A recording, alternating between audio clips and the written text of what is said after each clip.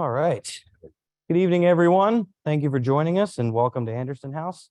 My name is Andrew Allen and I'm the Historical Programs Manager for the American Revolution Institute of the Society of the Cincinnati.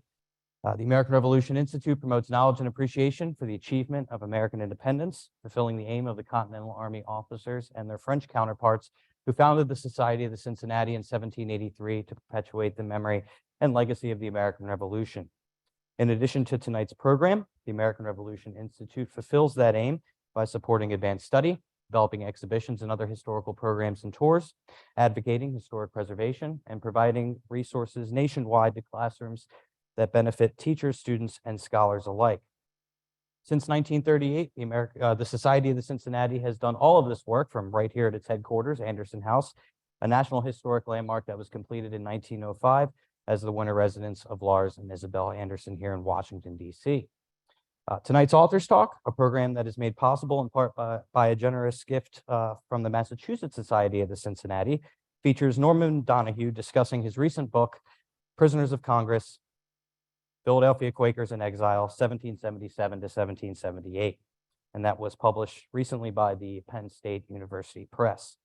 In 1777, Congress labeled a group of Philadelphia Quakers who refused to help defend the city against the imminent invasion by British troops as the most dangerous enemies America knows, and ordered Pennsylvania to apprehend them. In response, state officials sent 20 men, 17 of them Quakers, into exile, banishing them to Virginia, where they were held for over 7 months. Tonight, through an examination of 4 families, the Drinkers, Fishers, Pembertons, and Gilpins, we will learn how those Quakers, once the preeminent power in Pennsylvania, came to be reviled by patriots who feared the pacifists would divulge military intelligence to or otherwise collude with the enemy. And quite frankly, I can't think of a more appropriate place to discuss Quakers than this palatial, gilded age mansion. Now, getting to our speaker, Norman Donoghue is an independent historian whose research focuses on American Quakerism.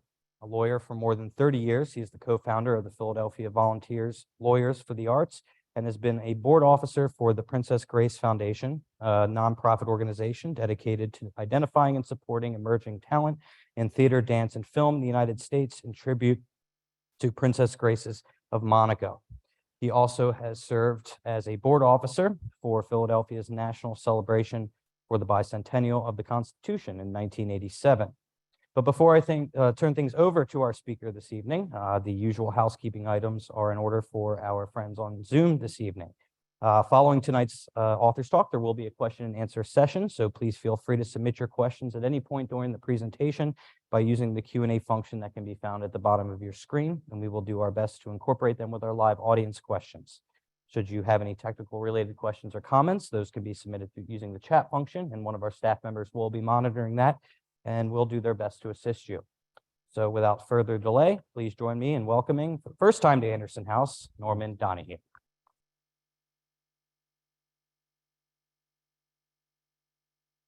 Thank you, Anderson.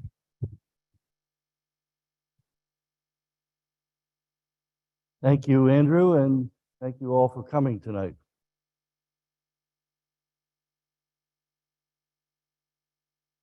This magnificent mansion owned by the Society of the Cincinnati provides at first glance such a stark contrast to the venue of my first author's talk last week at a Quaker meeting house from 1804 in Philadelphia.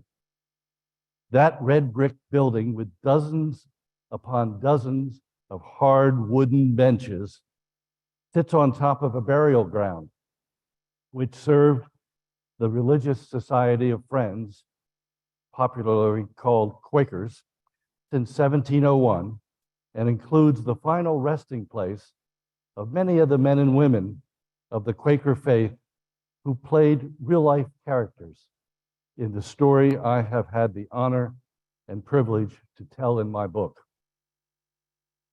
My speaking there was a deliberate choice, since I was maybe telling their personal stories in their totality for the first time since it all happened nearly 245 years ago.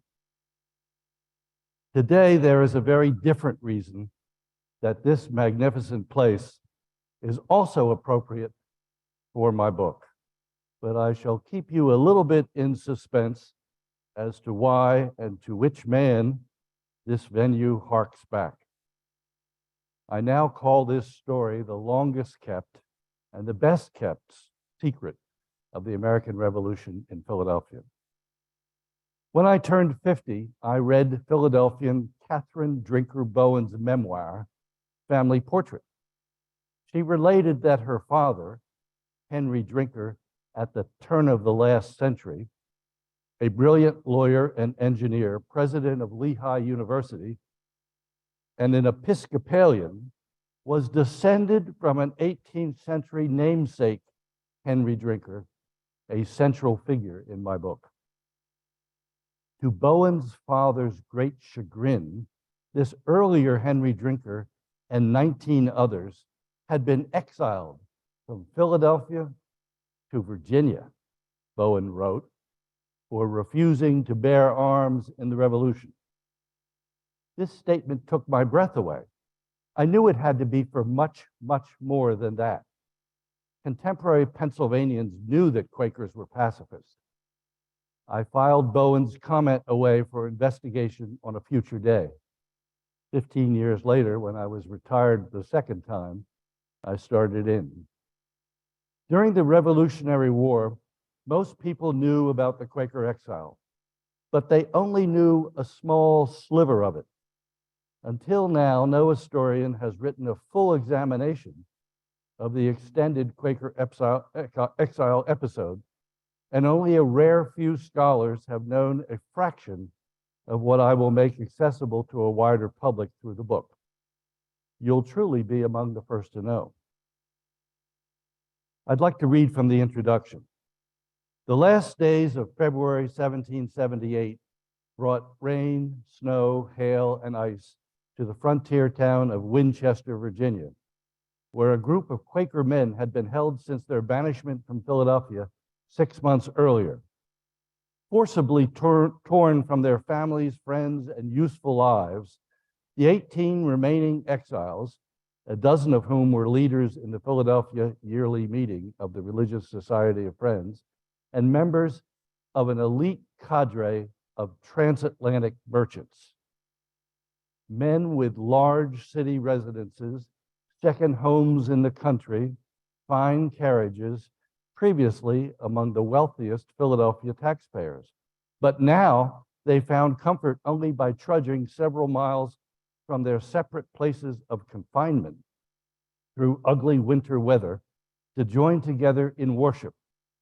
Illness proliferated, and relief was unlikely to arrive in time, even for those exiles who, like Henry Drinker, suffered such relatively minor afflictions as the fever upon me, my head disordered with it, and a pain pretty constant a little above the left groin, like I feel every day. Even in the presence of if the presence of two armies between Winchester and Philadelphia had not prevented the free movement of individuals and goods, Henry noted that the roads are likely to remain so deep and bad for a considerable time to come that we are discouraged from sending for many medical necessaries we are in want of. On March 2, Thomas Gilpin, a 50-year-old husband, father, milling entrepreneur, merchant, and scientist, whose invention of a hydraulic pump had delighted Benjamin Franklin, became the first of the Quaker exiles to die. Days later, a second exile, 62-year-old Quaker minister John Hunt, experienced a mortification of one leg. It had suddenly lost all utility. Doctors concluded that amputation was the only way to save the Hunt's life. When it came time to perform the operation, the only surgeon available had a curious history of inebriation, and unlike the pacifist Hunt, had served as a general in George Washington's army. He was cashiered after the Battle of Germantown for being inebriated while on duty. Hunt survived the operation without anesthetic, and his condition briefly seemed to improve. He too, however, would die before the month was out. March 1778 represented the absolute nadir of the Quaker sect's 96 years of political life in Pennsylvania. After nearly a century, as the predominant cultural force in the colony and state, its members were out of office, out of influence, and out of business. Some struggled to survive out of their native state, where they were out of supplies and nearly out of luck. They were at the lowest ebb of their powers. Although in some senses they had never felt so helpless, the Quakers remained stalwart in their faith and strict in their religious principles. John Hunt, a pious man, had prepared himself for martyrdom. Still, he must have wondered as he lay dying how he and his co-religionists, who had not been accused of any crimes by either the Continental Congress or the Executive Council of Pennsylvania, had ended up in this situation and how it would end. Politics and religion are a volatile combination, whether in 2023 or in 1777. The same is particularly true when individual civil liberties come into conflict with a perceived threat to national security. These conflicts are at the core of the narrative here. Long the preeminent power in Pennsylvania, in 1776, the Quakers found themselves out of step with revolutionary sentiments.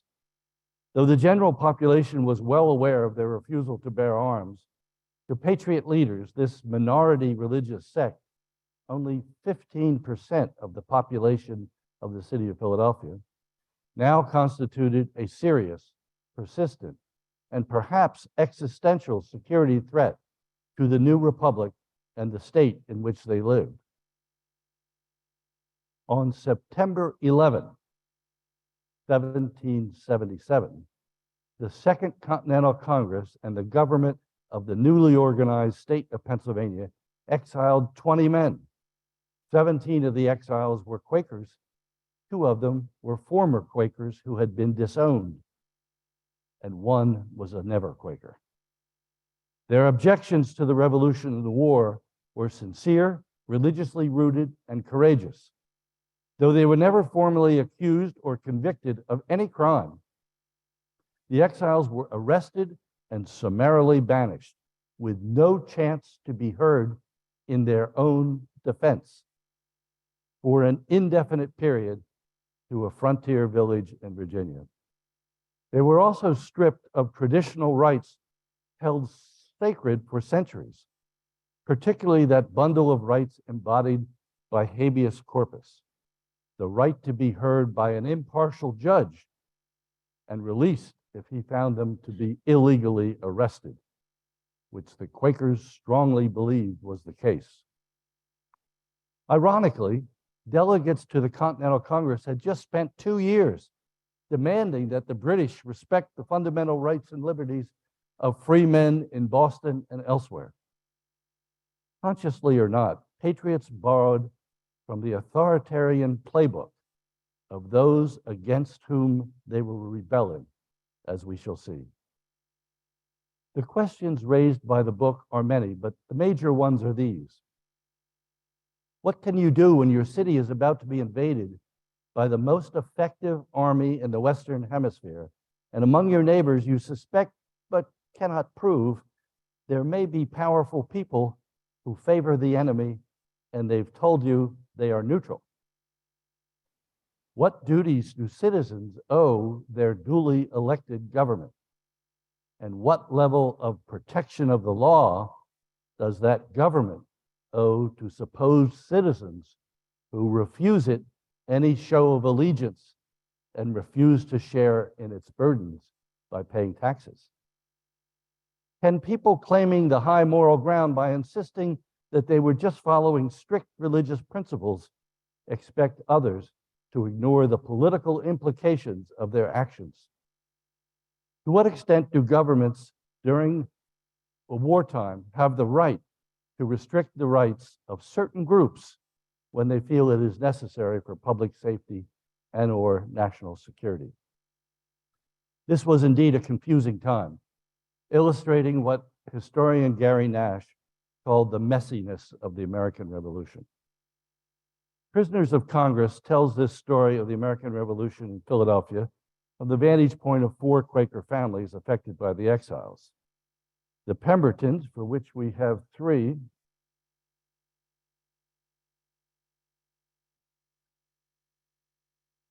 Israel Pemberton's on the left, and then there's John Pemberton, the first on the left at the top, and his brother James in the middle. And Henry Drinker's over here, and we'll get them all later.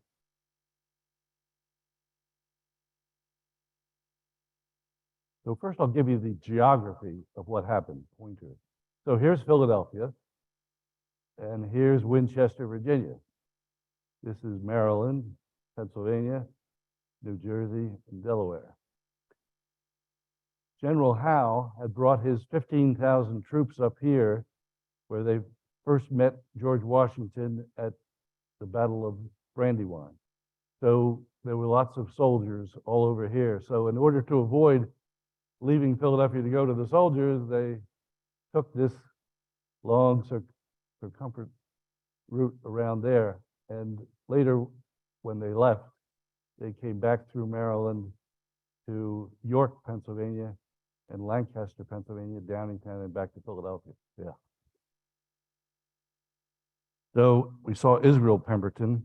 Israel, the first Pemberton, was referred to derisively as King Wampum because he did a lot of commercial transactions with the Indians, and most of the non-Quakers had great disdain for such commerce. He was also called King of the Quakers. John Pemberton was a minister, and James Pemberton, in the middle at the top, was a politician. And all 3 of them were also transatlantic merchants, with ships leaving Philadelphia, going to the West Indies, and going to London, then back to Philadelphia, and constantly on the triangular trade. This is Myers Fisher, a merchant and also a lawyer, and Thomas Fisher, the elder of the Fisher brothers. There was a 3rd, Samuel, and they were transatlantic merchants. Henry Drinker was also a transatlantic merchant and an iron master. He had a forge over in New Jersey. And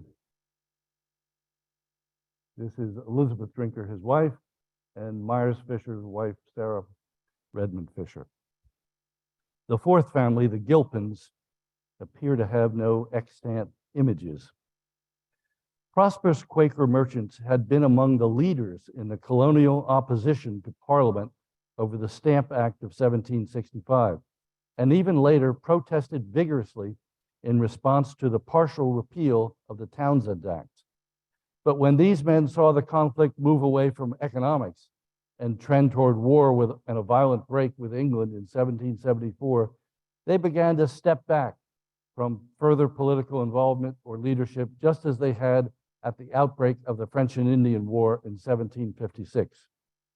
Most patriots recognized the Quaker peace testimony as a valid reason for exempting Quakers from military service.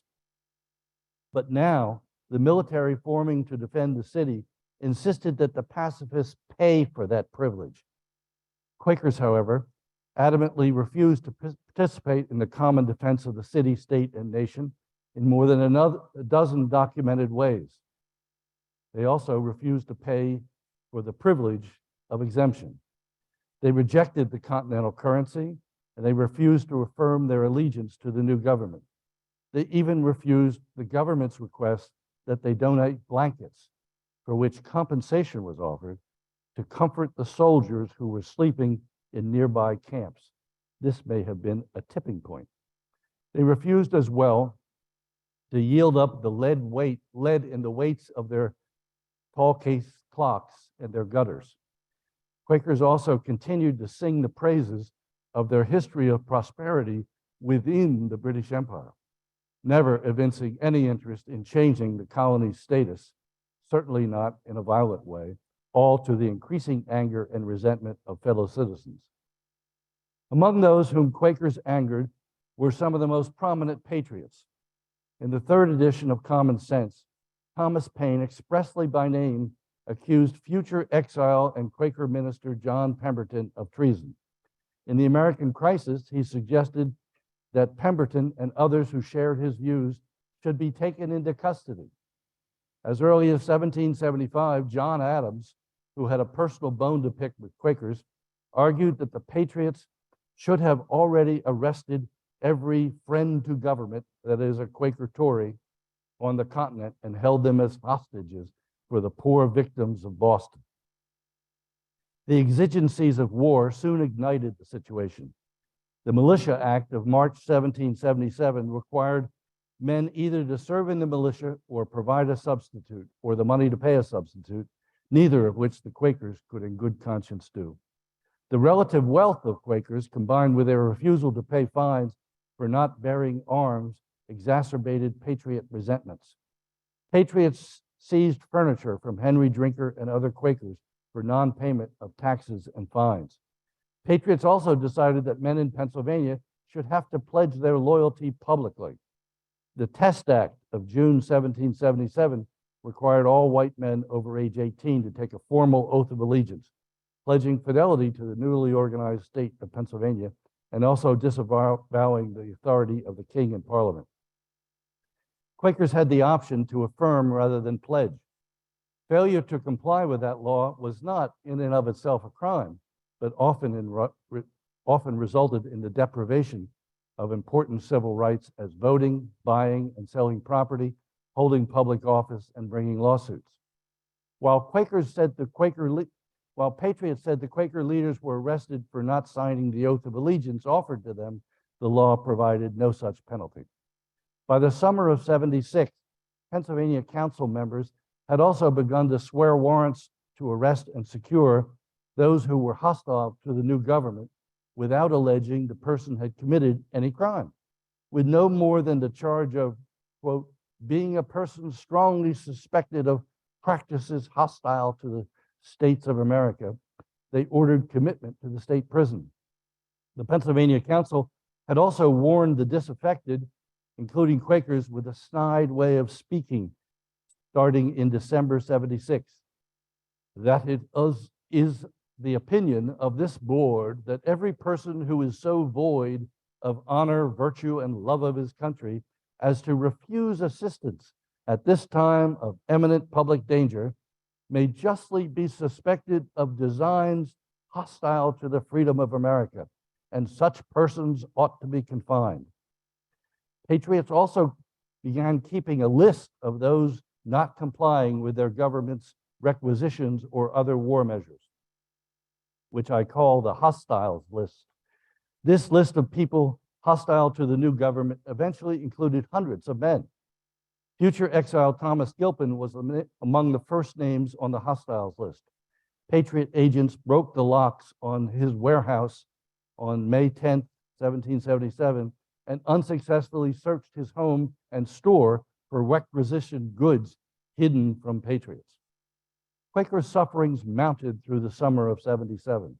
When the patriots periodically declared a day of fast to celebrate a win or take pride in what had been done, they ordered the closing all places of business to celebrate the news. But the Quakers refused to participate. As a matter of fact, they had never engaged in any such celebrations, even in colonial times. On July 4th, 1777, the first anniversary of independence, the city was illuminated with patriots everywhere placing lit candles in their windows. This cadre of Quaker leaders, however, believed that patriots had illegally usurped the positions of the rightful British government, and they did not illuminate their windows. Dark windows became a sign of a Quaker family that was not celebrating, a provocation to patriots and possibly another tipping point. That night, Sarah Logan and her husband, Thomas Fisher, had 15 windows broken at their house. Quaker minister Nicholas Walm, 14 windows broken. William Logan, also a Quaker, 50 panes or more.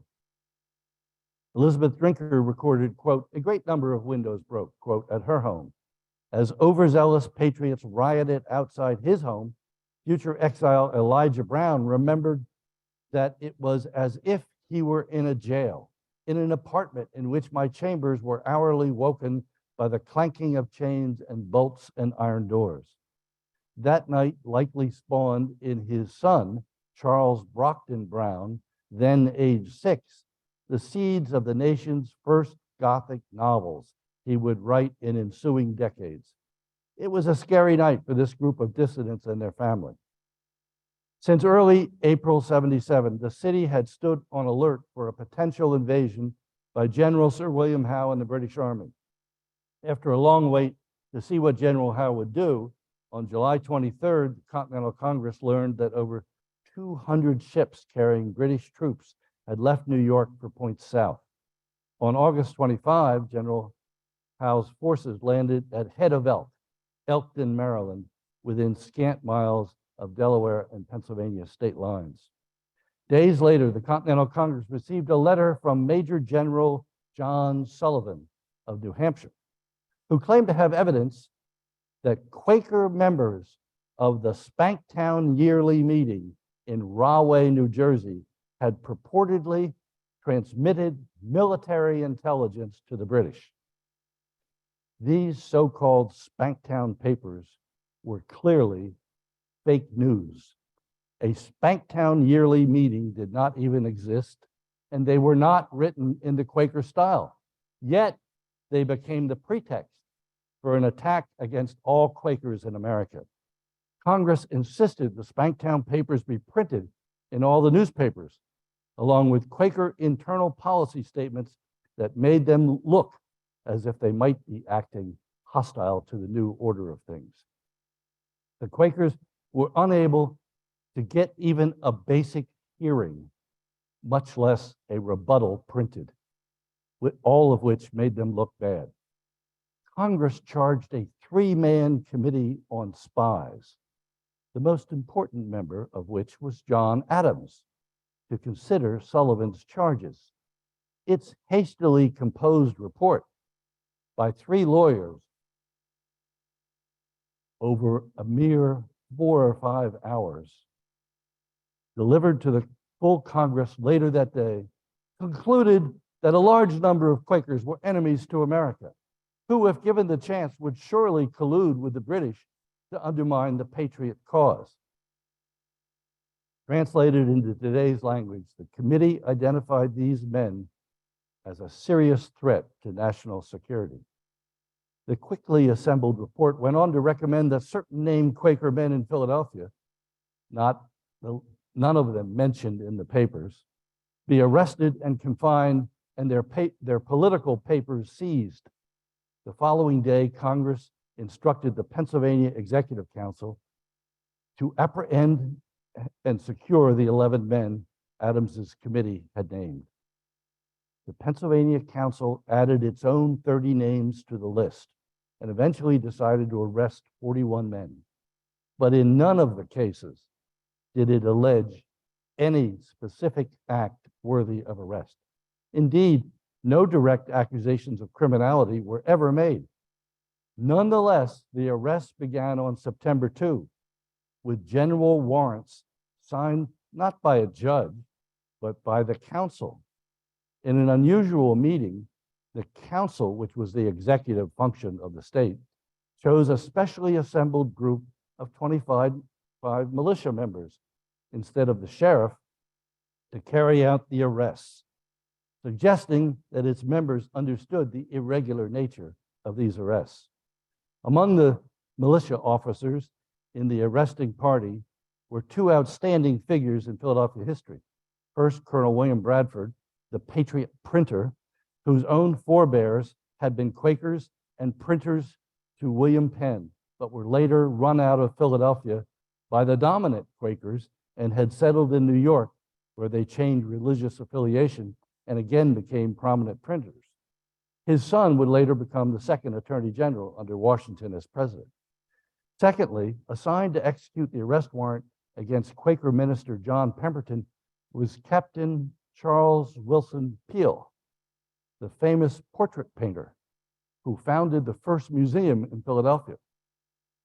He thought what the arresting party was doing was so irregular that he tried to justify his actions in his diary. which still exists, to tell us what he felt in this highly irregular proceeding.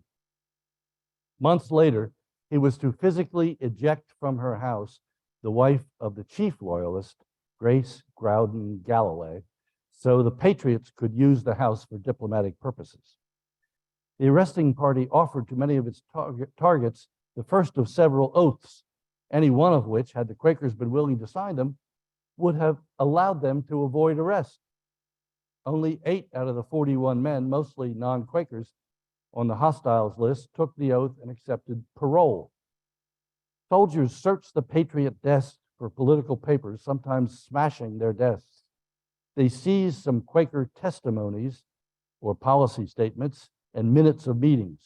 They took the minute book of the Philadelphia Yearly Meeting from Henry Drinker's desk, as well as some additional public papers found on Hunt and Pemberton. Papers seized from the prisoners, including minutes of Quaker meetings, were referred to the same committee on spies that had been asked to look into the Spanktown papers. The arresting party was also instructed to confiscate all firearms, swords, and bayonets discovered on the prisoners. No such weapons were found among any of the men arrested. At least one man, John Pemberton, Tom Paine's target, called a traitor, resisted arrest and had to be forcibly and physically removed from his home by soldiers. This was the height of passive resistance. From the Freemasons' Lodge, where the men were confined 9 days pending exile, the prisoners protested their treatment from several angles. Let's hope, the protest. First, they argued that the arrest warrants, which noted only that the men had evidenced a disposition hostile to the cause of America and specified no crimes, were insufficient under the Pennsylvania Constitution of 1776, just adopted a year earlier. Clearly, these were illegal arrests. Secondly, they also pleaded repeatedly for a hearing at which they could explain and defend themselves. My book carries on the frontispiece the final page of one of their elegant protests with this plea: "We again repeat our pressing demand to be informed of the cause of our confinement and to have a hearing in the face of our country, before whom we shall either stand acquitted or condemned." Followed by 22 signatures looking every bit as impressive as those on the Declaration of Independence. But I call this the Declaration of Quaker Protest. Their opponents, however, were both unmoved and clever. Members of Congress divested themselves of this responsibility by arguing that only the state could conduct such a hearing. Pennsylvania authorities, meanwhile, insisted that the imprisoned men were under the jurisdiction of Congress. Tyrants tend to obfuscate and confuse their targets. Here was a clear example. Previous historians have made much of the persecuted feelings of Quakers at this time. None, however, has yet been able to shine a light on the intense and desperate political plans by patriots to illegally suppress, punish, and sideline the Quaker leaders. What it amounted to was patriots borrowing from the authoritarian playbook of the enemy, Parliament in England. They borrowed techniques that in previous centuries were used by Parliament to support divine right monarchs. Their techniques included preventive detention, covered by the only suspension of habeas corpus law in Pennsylvania's 245-year history, bills of attainder, a medieval technique, an ex post facto law, a law passed after the facts of the case, illegal arrests by the militia, not the sheriff, and without a proper warrant, political chicanery, bullying and intimidation, obfuscation coordinated between 2 levels of government, and fake news, Spanktown papers.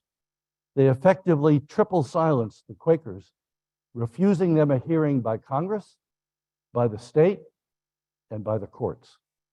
It appears that this was not a question of collateral damage or accidental. but part of an overall plan.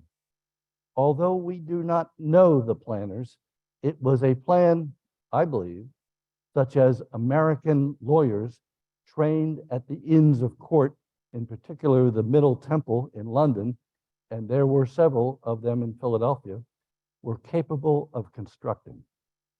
And if you hear an echo of 1777 politics in today's news, you're not imagining it. On September 9, Congress ordered that the men be escorted by Pennsylvania militia guards to Virginia for an indefinite period of confinement. Late in the afternoon of September 11, the same day as the Battle of Brandywine, 40 miles west of the city, wives and children of the Quakers wept profusely as the men were forced into wagons and carted away, led by armed guards, while patriots jeered these men, deemed hostile to the government of the city and the new republic. Such a scene was not often witnessed in Pennsylvania. A 16-year-old Quaker boy wrote of his stepfather and others taken away. They were dragged by a licentious mob from their near and dear connections, and by the hand of lawless power, banished from their country, unheard, perhaps never more to return. Of the government authorities and Congress, he cried, "Thou hast denied them in a manner more tyrannical and cruel than the Inquisition of Spain." The exiled men, knowledgeable merchants and civic leaders, applied for writs of habeas corpus before the first Chief Justice of Pennsylvania, Thomas McCain, installed only days earlier. McCain, then holding court outside the city, reviewed the general warrant letter from counsel, which stated that the Quakers had been arrested because they were suspected of being hostile to the cause of liberty and because Congress recommended. I don't have to tell this audience that just because Congress calls for an arrest does not make it valid. In accordance with the law, the Chief Justice decided that the counsel's letter was insufficient to constitute a proper warrant for the arrest. McCain found he had little choice but to say aloud on the petition. The exiles were thus entitled by law to appear before a judge who would examine impartially the charges against them and decide if they should be released. When two couriers met up with the caravan of Quakers going into exile, however, the guards refused to honor these legal orders from the Chief Judicial Officer of Pennsylvania. They had orders, they explained, from the executive function to take the prisoners to the town of Reading, where they would be handed off to others to take them to Virginia. The legislature of Pennsylvania then met to pass a new law. The Patriots called it an act to empower the Supreme Executive Council of this Commonwealth to provide for the security thereof in special cases. The Quakers called it the banishing law. This legislation was tailored specifically to deal with the men who had already been arrested who refused to take an oath. The law enabled the state to exile any person suspected of aiding and abetting the enemy, and to confine or remove them to another place of safety. The banishing law provided for the release of the putative offender if the person would swear or affirm the oath of allegiance to the state. No judge, however, was allowed under the new law to issue a writ of habeas corpus in the case of the persons charged under this law. This law worked a suspension of habeas corpus, as they often did in England in wars for many centuries.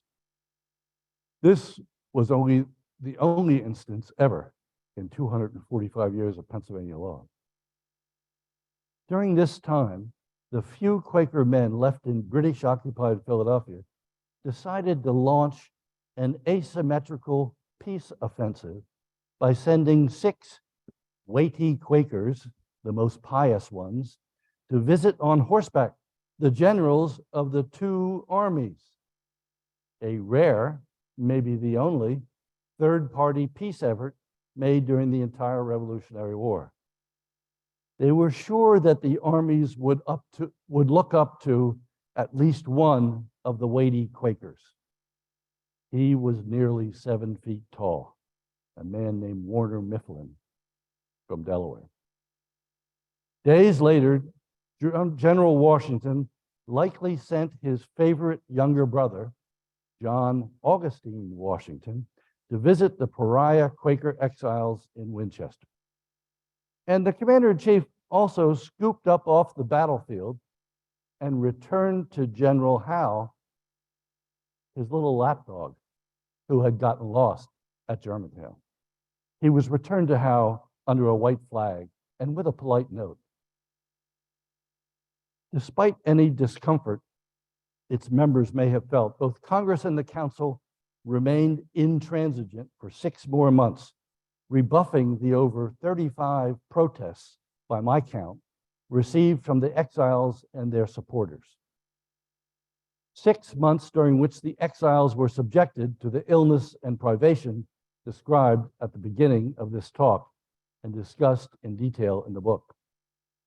Ultimately, it took not only the persistent activism of over 150 named Quakers, but also a sympathetic nudge from General Washington, who had a special family tie to the exiled Quakers, to tip the scales in favor of their release. It was at this point that the most interesting chapters in the book recount how 19 women relatives of the exiles decided to send from British-occupied Philadelphia a supply of much-needed medicines to their menfolk 200 miles away. And 4 of the women turned the proposed trip into a mission to rescue their men. The Quaker women rejected the text of a petition drafted by a male Quaker lawyer and instead drafted one themselves. That petition is extraordinary in how its gendered tone differs from the many unsuccessful petitions drafted by the men. 4 of the women decided to hand deliver it to Pennsylvania authorities by traveling through the soldiers' lines of not one, but 2 armies to reach Valley Forge.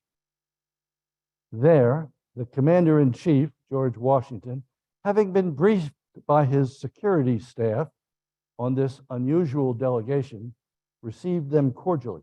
Indeed, invited the 4 Quaker women to join his afternoon luncheon with 20 members of his general staff, but explained to the women he can't help them. It's out of my jurisdiction. Where have you heard that before? After supper, the 4 women met alone with none other than Martha Washington, who had spent months visiting her husband in the winters. We reveal in the book that a member of Martha's extended family was closely related to a Quaker exile martyr. We can only speculate at how the chat went with her, but sympathies could easily have been freely elicited. Hours later, Washington sent a letter to the Pennsylvania governor, including these 2 sentences. The women seem much distressed. Humanity pleads strongly in their favor. How often does a commander-in-chief use the term humanity? The word there was ambiguous, whether he meant the women or the Quaker exiled men, but nevertheless, it was in the right direction. This is the reason it is only fitting that I bring this story of Washington's multifaceted relationship with pacifist Quakers to the Society of the Cincinnati. Here are these 4 Quaker women accompanied by one man, a Quaker minister, who wants to advocate on their behalf, but the women have instructed him never to presume to speak for them.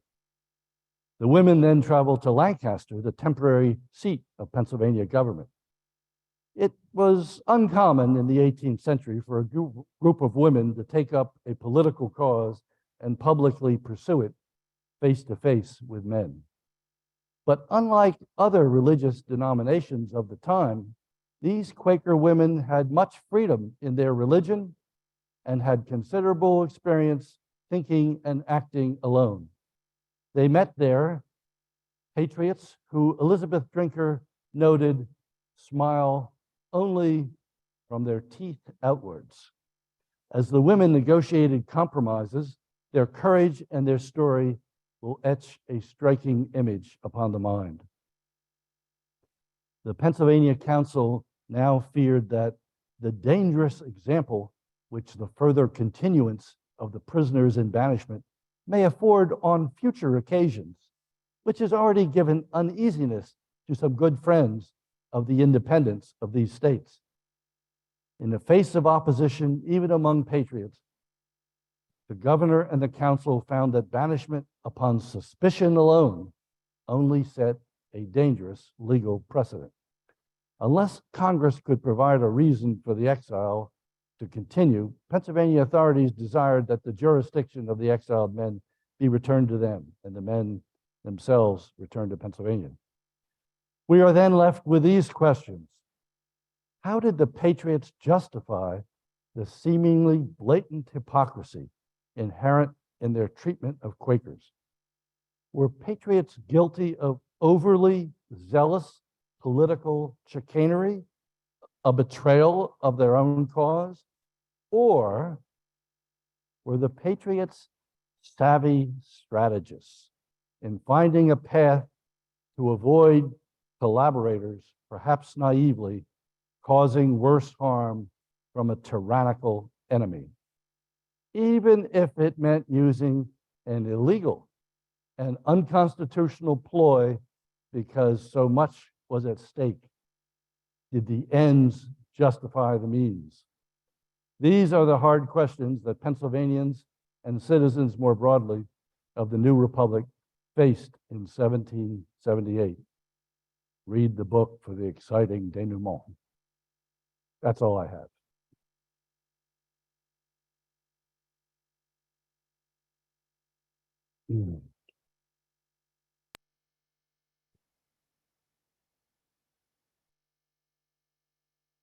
Be happy We to have take a any microphone for questions.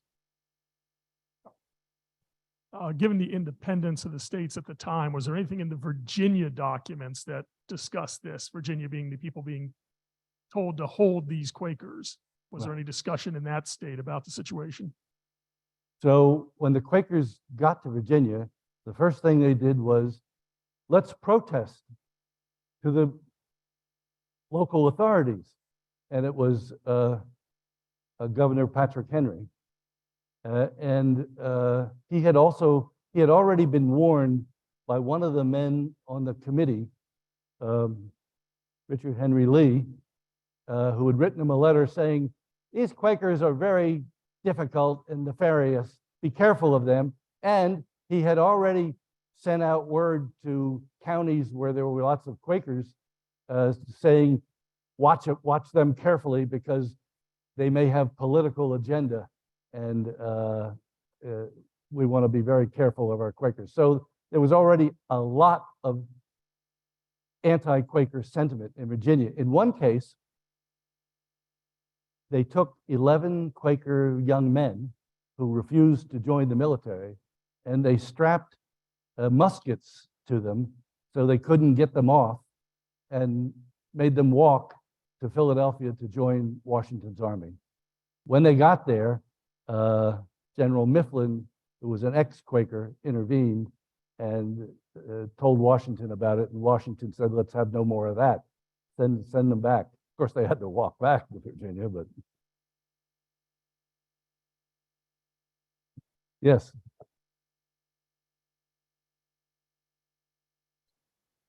Thank you for an engaging and illuminating talk. I'm wondering about whether in Philadelphia and Pennsylvania, were there any repercussions similar to New York, where loyalists had their properties confiscated and many of them had to go into exile following the conflict, although some were reintegrated into New York society. Do you see a similar situation in Pennsylvania beyond the exile? Was Well, there any further yeah. punishments? Yeah, well, that's a good question. The Quakers in Pennsylvania couldn't vote until 1789. So another 15 years they went without being able to vote. And at the end, from early in the war until the end of the war, many Philadelphia Quakers who couldn't stand the torment gravitated to New York. Everybody, if you were a loyalist, you felt safer in New York because the British held it for the entire war. And then the British organized ships to go to Halifax in Nova Scotia and other places. So does that answer your question? Yes, thank you. Thanks. Yes, sir. In front row. Thank you for a great presentation.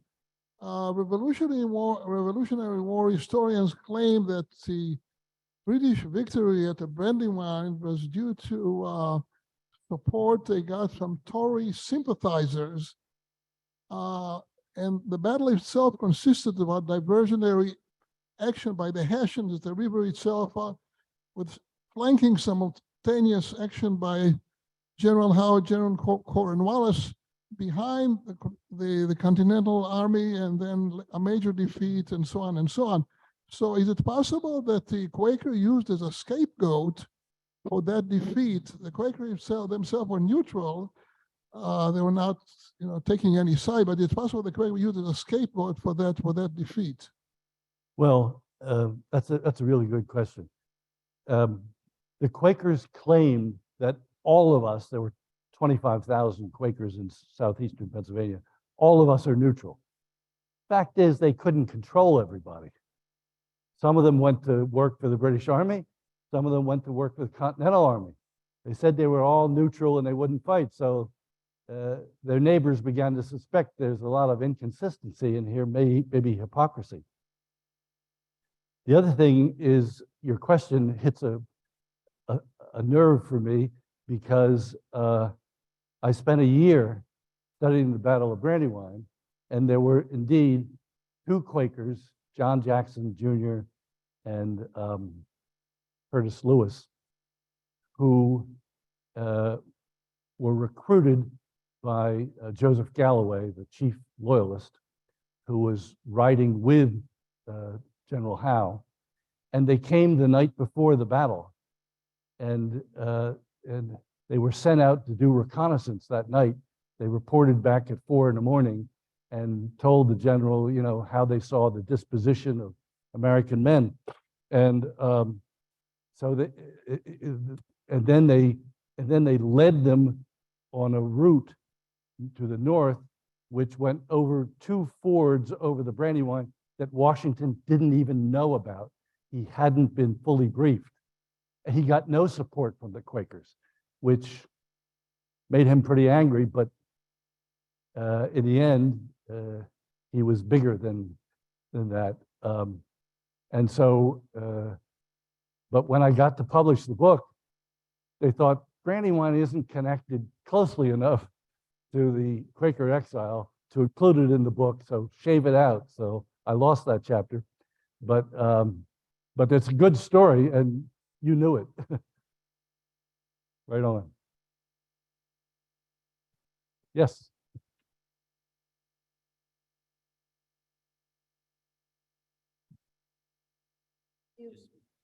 What kind of images, where did you find the images for, I see it's also on the cover of the book.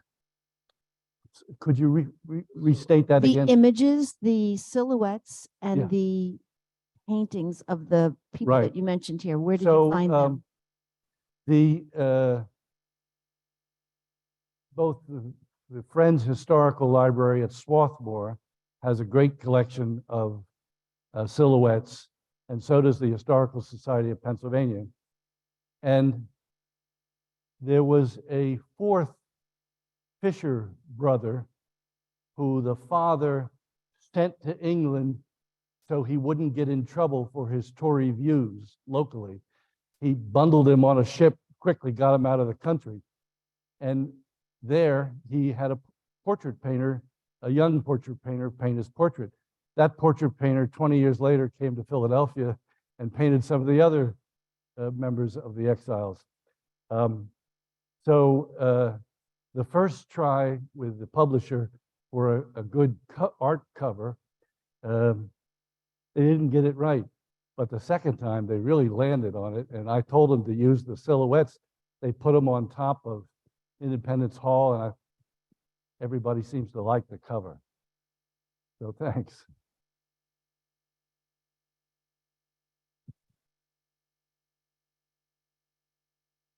Thanks for your talk. I'm curious, to what extent did the British realize what was happening with the Quakers? Did they try to make political hay out of it? Did they try to capitalize on the situation?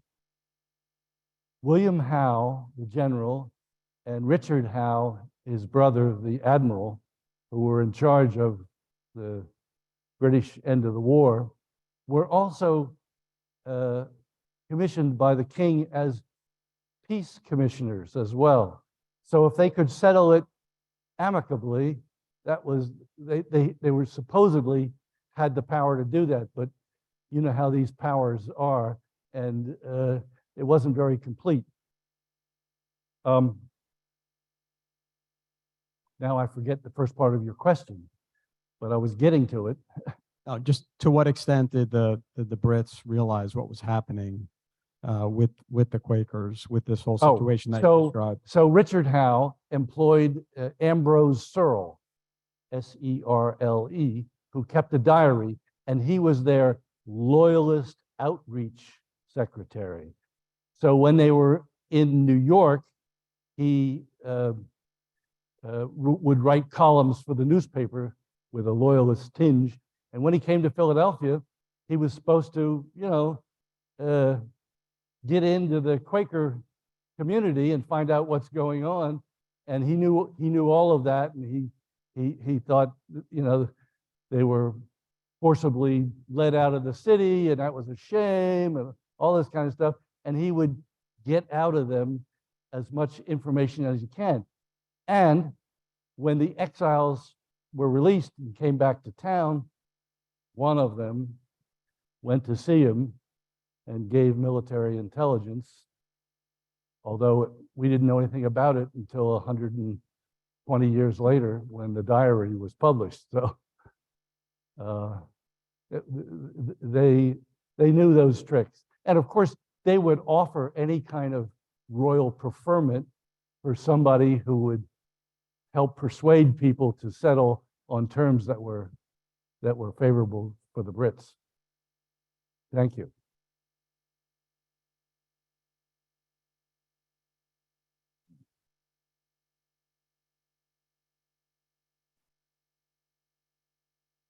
Any online?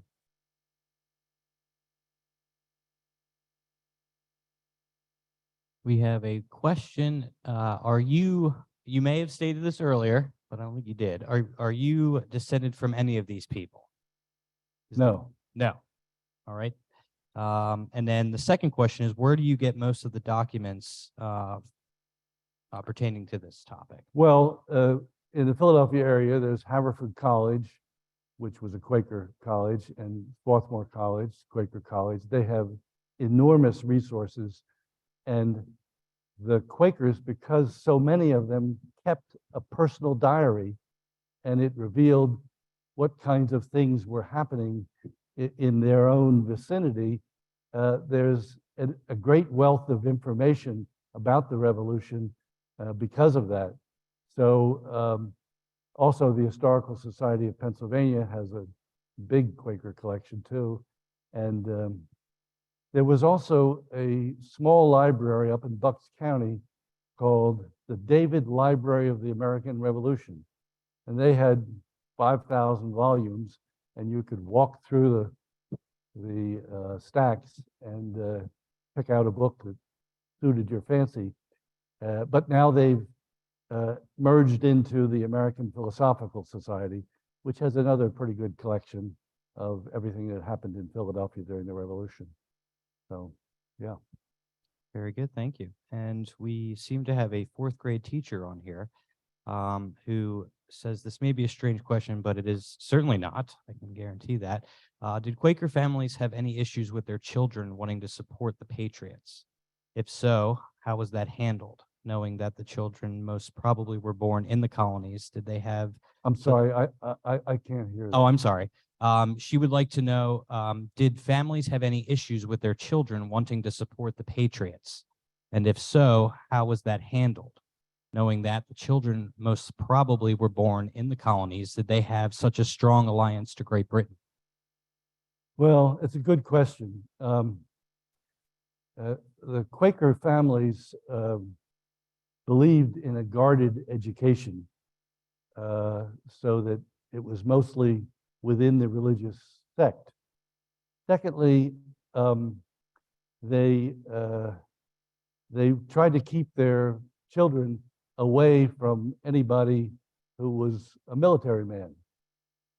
The problem was during the occupation of Philadelphia that the British officers quartered themselves on Quaker families who tended to be richer and have bigger houses. And so Henry Drinker, when he was in exile, was concerned about his 5 young children and his wife Elizabeth at home. And he said, be sure to keep them away from the visitor who quartered himself on the house. He was in charge of the Ansbacher Hessians.